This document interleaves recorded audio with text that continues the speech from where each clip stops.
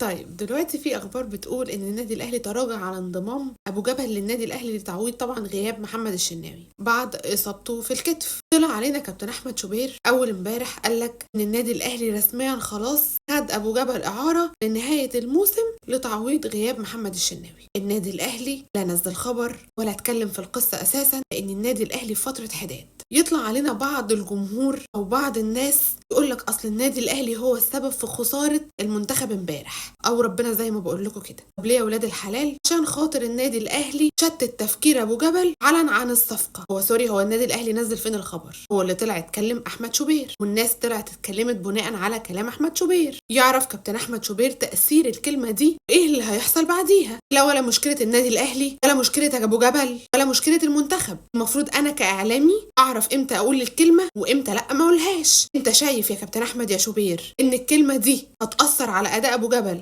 تاني يوم؟ خلاص ما اقولهاش. اللي دخل بقى النادي الاهلي طرف في الموضوع؟ اصل احنا مش كل ما نلاقي نفسنا قاعدين فاضيين نجيب سيره النادي الاهلي. اصل النادي الاهلي هو اللي سبب في خساره المنتخب، اصل النادي الاهلي هو اللي سبب في الاصابات، اصل النادي الاهلي هو في ايه؟ هو ما فيش غير النادي الاهلي؟ النادي الاهلي تعبكوا قوي كده ليه؟ ان جيتوا بقى للحق ونتكلم بما يرضي الله، هو ما فيش اصلا حد خسران في القصه كلها غير النادي الاهلي. من اول اصابه احمد نبيل كوكا لحد اصابه الشناوي في الكتف واصابه امام عاشور في ارتجاج في المخ، مين اللي خسران؟ احنا لحد دلوقتي مش عارفين مين اللي هيعوض غياب محمد الشناوي اصلا. تقول لي النادي الاهلي هو السبب في خساره المنتخب؟ مفيش فريق في مصر وفي قاره افريقيا بالمنتخبات مشرف مصر ومشرف قاره افريقيا زي النادي الاهلي. لما حد يجي يتكلم على كبير القوم ويتكلم على زعيم افريقيا لازم تكونوا عارفين انتوا بتقولوا ايه. نادي اهلي مين اللي هيكون سبب في خساره المنتخب؟ ده المنتخب هو سبب خساره النادي الاهلي، سبب خسارته لعيبه. انا كنت بطالب ان ياسر ابراهيم يلعب، وصلوني لمرحله ان انا مش عاوز اشوف ياسر ابراهيم في الملعب، خايفه من ساعه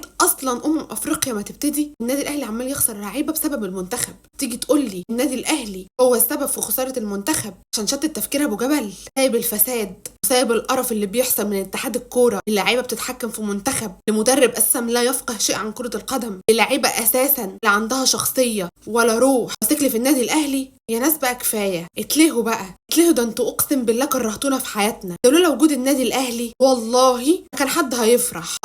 النادي الاهلي سبب في فرحه الاهلاويه والزملكاويه واي فريق تاني. لما بيكسب يفرح كل الاهلاويه، ولما بيخسر يفرح كل الزملكاويه واي حد بيكره الاهلي. قول لي النادي الاهلي اعظم نادي في الكون ده من غيره مفيش اصلا بطولات، مفيش فخر، مفيش انجازات. لا يوجد قاره افريقيا بدون النادي الاهلي.